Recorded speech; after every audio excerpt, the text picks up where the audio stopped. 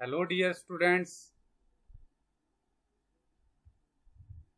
मैं उमेश कुमार, प्रवक्ता वाणिज्य, government senior secondary school Pandor, district Mandi, हर घर पाठशाला की +1 बिजनेस स्टडी की क्लास में आपका स्वागत करता हूं।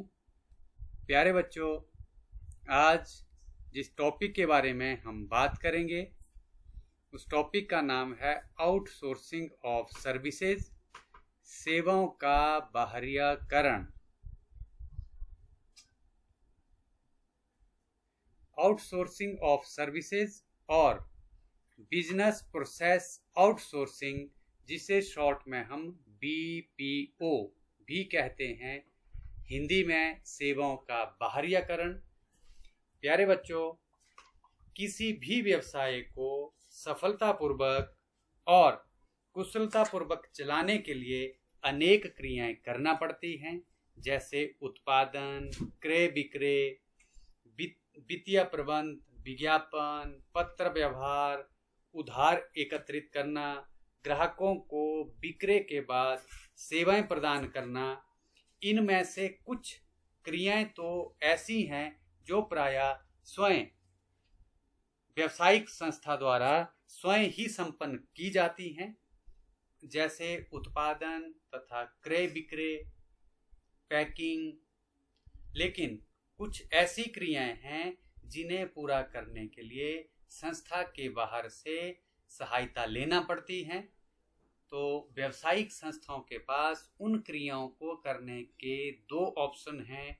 एक ऑप्शन है संगठन के अंदर ही पूरा करना, fulfilment within the organisation, तथा नंबर 2 संगठन के बाहर से पूरा करना, फुलफिलमेंट आउटसाइड द ऑर्गेनाइजेशन। उदाहरण के लिए, व्यावसायिक संस्था अपने उत्पादों का विज्ञापन करना चाहती है तो वह स्वयं भी विज्ञापन का काम कर सकती है या किसी विज्ञापन एजेंसी से भी करवा सकती है। बाजार में ऐसी बहुत सी विज्ञापन एजेंसियां हैं जो अन्य व्यवसायों को विज्ञापन सेवा प्रदान करती हैं।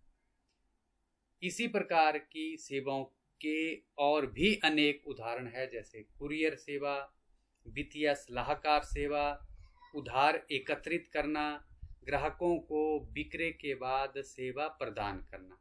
जब व्यवसाय का आकार छोटा होता है तो व्यवसायी ये सभी क्रियाएं करने के लिए संगठन के अंदर ही प्रबंध कर लेते हैं, लेकिन व्यवसाय का पैमाना बढ़ने के साथ अब यह काम कठिन होता जा रहा है। कोई भी संगठन इतना सक्षम नहीं है कि वह इन सभी क्रियाओं को स्वयं पूरा कर सके और उसमें विशिष्टता, स्पेशलाइजेशन जो वो प्राप्त कर सके। आज अनेक क्रियाओं को करने में आने वाली कठिनाइयों को दूर करने के लिए, विशिष्टीकरण के लाभ प्राप्त करने के लिए इन सेवाओं को संगठन के बाहर से प्राप्त किया जाने लगा है। इसे सेवाओं का बाहरीकरण कहते हैं, यानी सेवाओं को बाहर से प्राप्त करना, किसी दूसरी एजेंसी से प्राप्त करना सेवाओं का बाहरीकरण कहलाता है। और अगर संक्षेप में हम सेवाओं का बाहरीकरण का अर्थ कहें तो इसका अर्थ है व्यवसाय को कुशलता पूर्वक चलाने तथा विशिष्टीकरण के लाभ प्राप्त करने के लिए कुछ सेवाएं संगठन के बाहर से प्राप्त करने को सेवाओं का बाहरीकरण कहते हैं। यानी कुछ सेवाएं हमने संगठन के बाहर से प्राप्त करनी है तो उसे हम क्या कहते हैं? सेवाओं का बाहरीकरण। In English it refer to obtaining some services from outside the organization in order to run the business successfully and in cost effective manner। सेवाओं का बाहरीकरण की प्रकृति, nature of outsourcing of services. सेवाओं के बाहरीकरण की प्रकृति इस प्रकार से है। नंबर 1, विशिष्टीकृत सेवाएं, स्पेशलाइज्ड सर्विसेज। प्यारे बच्चों, क्योंकि एक कंपनी प्रायः एक ही प्रकार की सेवा उपलब्ध करवाती है, इसलिए उस विशेष सेवा में उसकी विशेषज्ञ प्राप्त हो जाती है। इससे सेवा की किस्म का पर अच्छा प्रभाव पड़ता है। जैसे कोई विज्ञापन प्रदान करने वाली सेवा प्रदान करने वाली कोई एजेंसी है, तो वो विज्ञापन का ही काम देख रही है, इसलिए वो विज्ञापन बनाने, उसको प्रस्तुत करने की विशेषज्ञ बन जाती है। ठीक है, तो उसके द्वारा प्रदान की जाने वाली जो सेवा है उसकी जो किस्म है बहुत अच्छी होती है। इसी तरह से नंबर 2, सेवाओं का संगठन से बाहर उपलब्ध होना, availability of services outside the organisation. सेवाओं के बाहरीकरण के अंतर्गत व्यावसायिक संगठनों को सेवाएं बाहर से प्राप्त होती हैं। कुछ कंपनियां कुछ विशेष सेवाएं प्रदान करने के लिए स्थापित की जाती है, जैसे उधार एकत्रित करने वाली एजेंसी, डेब्ट्स कलेक्टिंग एजेंसी विभिन्न कंपनियों के देनदारों यानी डेब्टर से रुपया एकत्रित करने का काम करती है। नंबर 3, प्रयोग करने वाले की कुशलता में वृद्धि, increasing the efficiency of the user. अनेक सेवाएं संगठन के बाहर से प्राप्त हो जाने के कारण उन्हें प्रयोग करने वाले अपने मुख्य व्यवसाय पर अधिक ध्यान केंद्रित करते हैं। इससे प्रयोग करने वाले की कुशलता में वृद्धि होती है। नंबर 4, सेवाओं की सस्ती विधि, चीपर सोर्सेज ऑफ सर्विसेज। सेवाओं के बाहरीकरण की प्रकृति सस्ती सेवाएं उपलब्ध करवाने की है। एक ही प्रकार की सेवा को बड़े स्तर पर व्यवहार डीलिंग करने के कारण ये सेवाएं सस्ती दर पर उपलब्ध हो जाती। तो ये था सेवाओं का बाहरीकरण का नेचर या प्रकृति। बात करते हैं सेवाओं के बाहरीकरण की आवश्यकता, need of outsourcing of services. सेवाओं के बाहरीकरण की आवश्यकता निम्नलिखित कारणों से महसूस हुई। नंबर 1, अच्छी किस्म की सेवाएं प्राप्त करना, ऑब्टेनिंग गुड क्वालिटी सर्विसेज। एक ही कंपनी का अनेक क्रियाओं में विशिष्टीकरण नहीं हो सकता। यदि कोई कंपनी सभी क्रियाओं को स्वयं ही पूरा करने की कोशिश करती है तो प्रदान की जाने वाली सेवाओं की किस्म पर विपरीत प्रभाव पड़ने की संभावना रहती है। इस समस्या से बचने के लिए सेवाओं का बाहरीकरण अथवा सेवाओं को बाहर से प्राप्त करने की आवश्यकता महसूस हुई। नंबर 2, सेवाओं में स्थायी विनियोग से बचना, अवॉइडिंग फिक्स्ड इन्वेस्टमेंट इन सर्विसेज। यदि कोई कंपनी ये सेवाएं संगठन के अंदर ही उपलब्ध करती है तो इसे उनके लिए अलग अलग विभागों की स्थापना करना पड़ेगी, जिस पर भारी स्थायी विनियोग करना पड़ता है। उदाहरण के लिए, अगर कोई कंपनी ट्रांसपोर्टेशन का काम भी स्वयं कर रही है तो उसे ट्रक है ना, बड़े बड़े ट्रॉले रखना पड़ेंगे, है ना, उन पर विनियोग करना पड़ेगा। और हो सकता है कि उनका महीने में 1-2 बार ही माल बाहर जाता हो। उसको ले जाने के लिए अगर वो स्वयं ट्रक या बड़ी बड़ी गाड़ियां रखते हैं तो विनियोग उन्हें ज़्यादा करना पड़ेगा और उससे फ़ायदा कम, नुकसान ज़्यादा है। तो बाज़ार में ये सेवाएं बहुत कम लागत पर बिना कुछ विनियोग किए उपलब्ध रहती है, अतः ऐसा न्याय संगत लगता है कि इन सेवाओं को कंपनी के बाहर से ही प्राप्त किया जाए। नंबर 3, व्यवसाय को सुविधापूर्वक तरीके से चलाना, स्मूथ रनिंग ऑफ बिजनेस। सेवाओं के बाहरीकरण की आवश्यकता व्यवसाय को सुविधापूर्वक तरीके से चलाने के लिए है। व्यवसायी का ध्यान अनेक छोटी छोटी क्रियाओं से हटकर मुख्य क्रिया की ओर लग जाता है या केंद्रित हो जाता है। इससे पूरा व्यवसाय बढ़िया तरीके से चलता है। तो इन 3 आवश्यकताओं के कारण सेवाओं के बाहरीकरण की आवश्यकता महसूस हुई।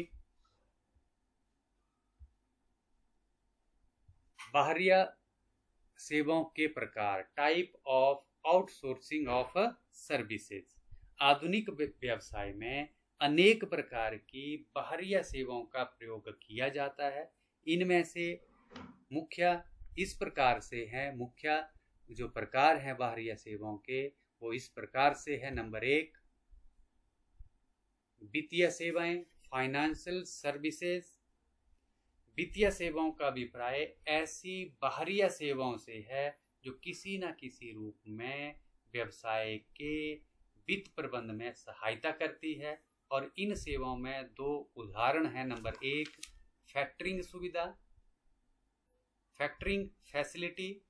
तो प्यारे बच्चों, ये फैक्टरिंग सुविधा है क्या, समझेंगे आप, अंडरस्टैंड करने की कोशिश करेंगे कि यह वित्त व्यवस्था का, फाइनेंशियल मैनेजमेंट का या अरेंजमेंट का एक आधुनिक साधन है। इसके अंतर्गत फैक्टरिंग एजेंसी विक्रेता को उनके उधार विक्रय पर अग्रिम धन उपलब्ध करवाती है। कहने का तात्पर्य है कि अगर कोई व्यवसायी किसी व्यक्ति को उधार माल बेचता है, ठीक है, तो उधार माल बेचने पर जो बिल या रसीद उसको दी जाती है, उसके बदले वो एडवांस में किसी वित्तीय एजेंसी से पैसा ले सकता है। ठीक है, जो बिल की कॉपी उसके पास होगी, उस बिल की कॉपी के बेस पर वो किसी वित्तीय एजेंसी से जो फैक्टरिंग सुविधा दे रही है उससे एडवांस में पैसा ले लेगा और फिर वो एजेंसी खुद उस व्यक्ति से जिसको उसने उधार माल बेचा है, जिसको डेब्टर कहते हैं, देनदार से भुगतान एकत्रित करने का काम भी करेगा। यानी एडवांस में विक्रेता को पैसा दे दिया और जिस व्यक्ति को विक्रेता ने उधार माल बेचा है उससे वो एजेंसी जो वो पैसे एकत्रित भी करती है। अपनी सेवाओं के बदले फैक्टरिंग जो एजेंसी है कमीशन या ब्याज प्राप्त करती है। जिन व्यवसायों में यह सुविधा उपलब्ध हो उनमें उधार विक्रय में अधिक पूंजी नहीं लगानी पड़ती या उधार पैसा जो वो नहीं फंसता। नंबर 2 है सौदागर बैंकिंग सेवाएं, मर्चेंट बैंकिंग सर्विसेज। कुछ वर्ष पहले तक अंश और ऋण पत्र जारी करने का काम स्वयं कंपनियां करती थी। इस कार्रवाई में प्रोस्पेक्टस या प्रविवरण जारी करना, प्रार्थना पत्र छपवाना, एकत्रित करना, प्रतिभूतियों को सूचीबद्ध करवाना, है ना, अंश जारी करने के लिए रजिस्ट्रार की नियुक्ति करना, अभिगोपक की नियुक्ति करना, ये सारे जो काम थे वो अंश जारी करने वाली कंपनी स्वयं करती थी। लेकिन अब ऐसा नहीं। कुछ बैंक जिनको सौदागर बैंक के नाम से जाना जाता है यह सुविधाएं दे रहे हैं। यानी बैंक या वाणिज्यिक बैंकों की सहायता से हम अंश जारी करने की या जितनी भी कार्रवाई है अंश जारी करने की वो हम उनसे सुविधा या सर्विसेज ले सकते हैं। नेक्स्ट नंबर 2, विज्ञापन संबंधी सेवाएं, एडवर्टाइजिंग सर्विसेज। आज बाजार में अनेक ऐसी विज्ञापन बनाने वाली कंपनियां स्थापित हो चुकी हैं जो विभिन्न व्यावसायिक संस्थाओं को विज्ञापन संबंधी सेवाएं प्रदान कर रही है। प्रत्येक व्यावसायिक संस्था अधिक से अधिक लाभ अर्जित करना चाहती है। अधिक लाभ अधिक बिक्री पर निर्भर करता है। अधिक बिक्री के लिए विज्ञापन अति आवश्यक है। यदि यह काम कंपनियां स्वयं करती है तो लागत ज़्यादा आएगी और विज्ञापन की जो किस्म है वो भी बढ़िया नहीं होती। इस काम के लिए किसी विशेषज्ञ विज्ञापन एजेंसी की सहायता लेकर के कम लागत पर बढ़िया से बढ़िया विज्ञापन बनाया जा सकता है। क्योंकि विज्ञापन एजेंसी एक ही काम करती है, इसलिए उसका इस काम में विशिष्टीकरण हो जाता है, स्पेशलाइजेशन उसका हो जाता है। नेक्स्ट, पत्रवाहक या कुरियर सेवाएं, कुरियर सर्विसेज। कुछ वर्ष पहले पत्र, प्रलेख, पार्सल, सामान एक स्थान से दूसरे स्थान के लिए भेजने के लिए सरकारी डाकघर की सहायता ली जाती थी। इस सेवा का लाभ उठाने के लिए डाकघर में जाना जरूरी होता था। यह सेवा महंगी भी थी, लेकिन आज यह सेवा सुधरे हुए रूप में हमें मिल रही है। कुछ निजी व्यक्ति कुरियर कंपनी स्थापित करके यह सेवा प्रदान कर रहे हैं। डाक कुरियर कंपनी के कार्यालय में भेजी जा सकती है, और यदि पहले सूचित कर दिया जाए तो कंपनी का आदमी स्वयं आपके घर से या आपके व्यावसायिक संस्था से उसे ले जाकर गंतव्य स्थान पर पहुंचा देता है। कुरियर सेवा डाकघर सेवा से सस्ती भी है। कुरियर कंपनी डाक प्राप्ति की रसीद भी देती है, कमीशन लेती है तथा कुछ दिन बाद डाक पहुंचने की रसीद भी उपलब्ध करवाती है। नेक्स्ट, ग्राहक सहायता सेवाएं, कस्टमर सपोर्ट सर्विसेज। ग्राहकों को व्यवसाय का देवता माना जाता है, और यदि ग्राहक खुश है तो समझो सफलता निश्चित है। अब प्रश्न यह उठता है कि ग्राहकों को खुश कैसे किया जाए। ग्राहकों को खुश करने के लिए उन्हें अनेक प्रकार की सुविधाएं देना पड़ती है, जैसे घर पर माल की स्पुर्दगी, होम डिलीवरी सर्विसेज, बिक्री के बाद सेवा, आफ्टर सेल सर्विसेज। कुछ समय पहले तक ये सेवाएं कंपनियां स्वयं प्रदान करती थी, लेकिन आज व्यवसाय का पैमाना या आकार बढ़ने के कारण कंपनियों के लिए यह सुविधा उपलब्ध करवाना कठिन काम होता जा रहा है। कंपनियों की इन समस्याओं का समाधान करने के लिए बाजार में ग्राहक सहायता कंपनियां, कस्टमर सपोर्ट कंपनीज स्थापित हो चुकी हैं।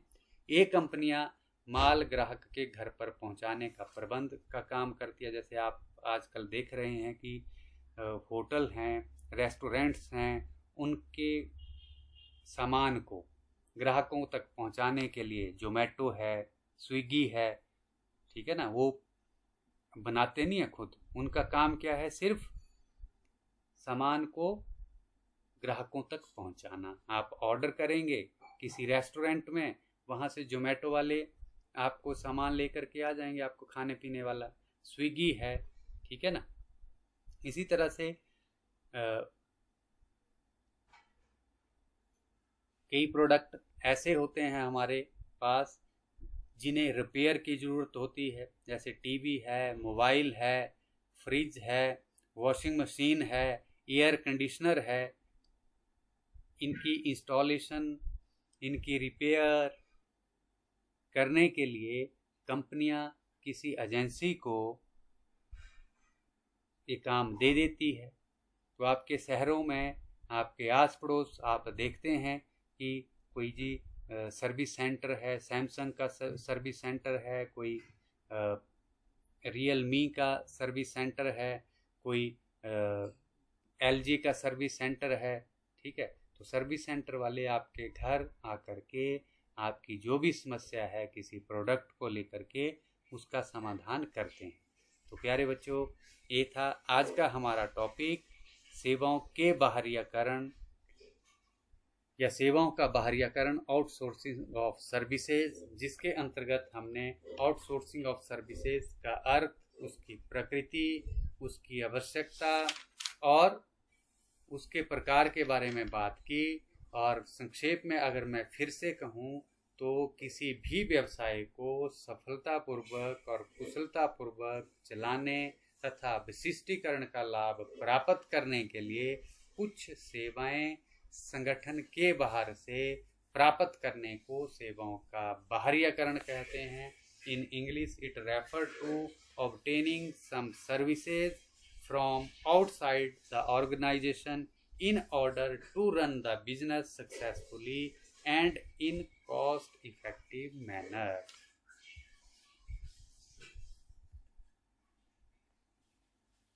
प्यारे बच्चों, thank you for watching. Have a nice day.